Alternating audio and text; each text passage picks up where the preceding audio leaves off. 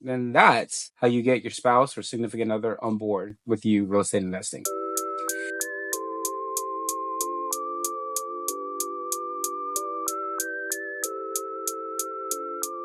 Hey, Kamiko. Yes. Our subscribers want to know. Ooh, tell me the question. Question is, how does a spouse or a significant other convince their significant other or spouse to take the chance and invest in real estate?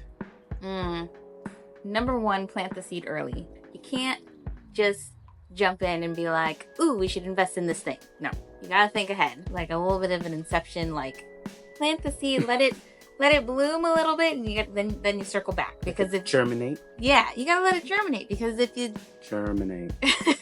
Yeah, if you jump in too quickly, they're probably gonna be like, whoa, where's this? This is out left field. They're gonna be resistant. You gotta plant the seed and be like, hey, thinking about maybe we should start doing some real estate investing. I'm going to do some research about it, and, let's just, see where it goes. But I think it'd be a really good opportunity. And then just leave it at that. Don't push.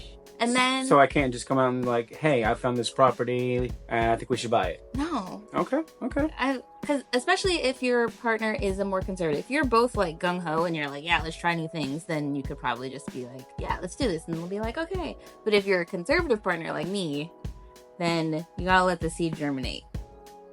How long? Let it percolate. Like a month, 2 months. You know the deal's gonna be gone by then. Y'all tripping. There's always more deals. The deal can't even be there. You've got to plant the seed early about investing early. Yeah. And then I would say, do the research, find a good deal, think of all the hard questions before you even take it to your spouse. If they're like, well, how much money could we lose?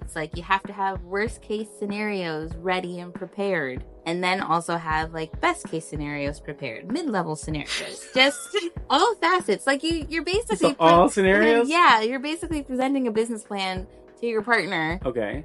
Do you have trust in your relationship? Because it's going to be 75% the numbers make sense, and 25% you're trusting in each other, and you're both going to be on board to make it work. Right. Is that how we did it? Yeah, I would think so. How did I present investing to you? Well, when we first started dating, you were like, yeah, I think I'm interested in doing real estate and, maybe doing a short-term rental. And I talked with some of my people. So here's the story. That's how you started. No, here's the story. The story was we're dating. We're trying to figure, we're doing the whole first couple of date interview questions. And the question was, do you like real estate? And your answer was? Yeah. Yes. Because I said it was very important because I am a real estate investor and I'm investing in real estate. So that started off from the very beginning. Yeah. Okay. So that's kind of like a seed. That's a little seed. So I knew going into the relationship that he was interested in real estate and would probably want to pursue that. How did you get on board with the very first, short-term rental? Well, on board with the fact that we were going to do this, or was it more because it was me doing it? The first one was definitely because it was mostly you doing it. Okay. But I still felt included in the process because I was still in school at the time. Right. So there wasn't really much financially or anything like that I could contribute. But you kind of you told me your vision and this is what you were looking for, and when it came to specific houses. And it kind of helped at the time that we weren't engaged or married. So it was it's your money. So it was I'm not going to stop him from doing it. Okay.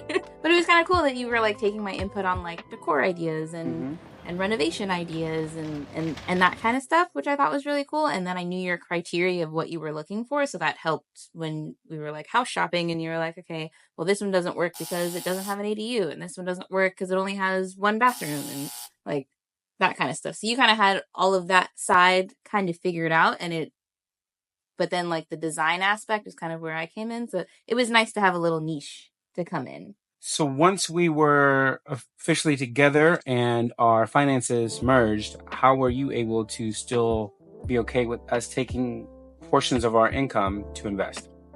I guess because at that point it just made sense. Well, now you guys get in the game. So why was it okay for you? Well, because you saw the first one? Yeah, because we did the first one. Okay. So that's the answer? Yeah. But I mean, if you're already married and in a relationship, yeah, definitely plant the seed early, I would still say. come up with like best and worst case scenarios, because that's what we did with Belize, because those were like huge investments. So we really had to like look at the numbers and be like, okay, if this goes south, you know, what are the potential pitfalls? So it was like you had to present those to me and be like, you know, there are possible downsides, but like there are really major upsides. Okay. So that's your answer? Yeah. But then I also trusted you with money. So Trust. Okay. Yeah. Trust is a huge part. Trust is a huge part. Yeah. You want to know my perspective? Yeah. My perspective is the most important thing that women, in my opinion, think about is security. If I can eliminate the threat to security, then it's more likely for you to say yes. Ding, ding, ding, ding. So it's never the amount like, oh, I'm going to invest this amount of money, and if this goes south, we were going to be homeless, or the lights will be shut off, or things would be in danger. It's like, if this thing goes south, we're just going to lose some money. That's true. We never invested or took anything out of the essentials. It was always extra income. The expendable income. Yeah. I also think the other thing is that present it not as a demand. It's more like, hey, what do you think about this? 100 million billion%. And you present it in a way to get them excited about it. And if they seem excited about it, then you can explore it. If they shut you down right away, you gotta just like ignore it and be like, next thing. Like if I presented like, hey babe, I really want to invest in a sewer plant. I think the sewer plant could make us 6 figures. Why? And a ROI of like 33%. I don't want our name associated with sewage. But I'm just saying, so it's got to be something that you're excited about. Like, it just can't even make sense. It can't just be the good deal. It's got to be like, oh, you're excited about this, right? So we're doing some international investing, and that's exciting. The location's exciting. You like the location first. Yes. Right? If we got there and you didn't like the location, you probably wouldn't have kept it invested. Yeah. Okay, see? There you go. Take them on vacation. Good way to better them up. Take them on vacation. Vacation. All Nice vacation, not just like any vacation. Don't put them up in a motel. Bougie. Bougie advice. Okay. I'm sorry, I can't help it. So 1, you got to trust them. Yes. Trust is paramount. Number 2, you have to make sure that it's something they're excited about. 3, you got to involve them with the process. And 4, you have to make sure you're using your extra income. And to make sure their security is not threatened. Top 4 answers? Top 4. Top 4. I love it. Then that's how you get your spouse or significant other on board with you real estate investing.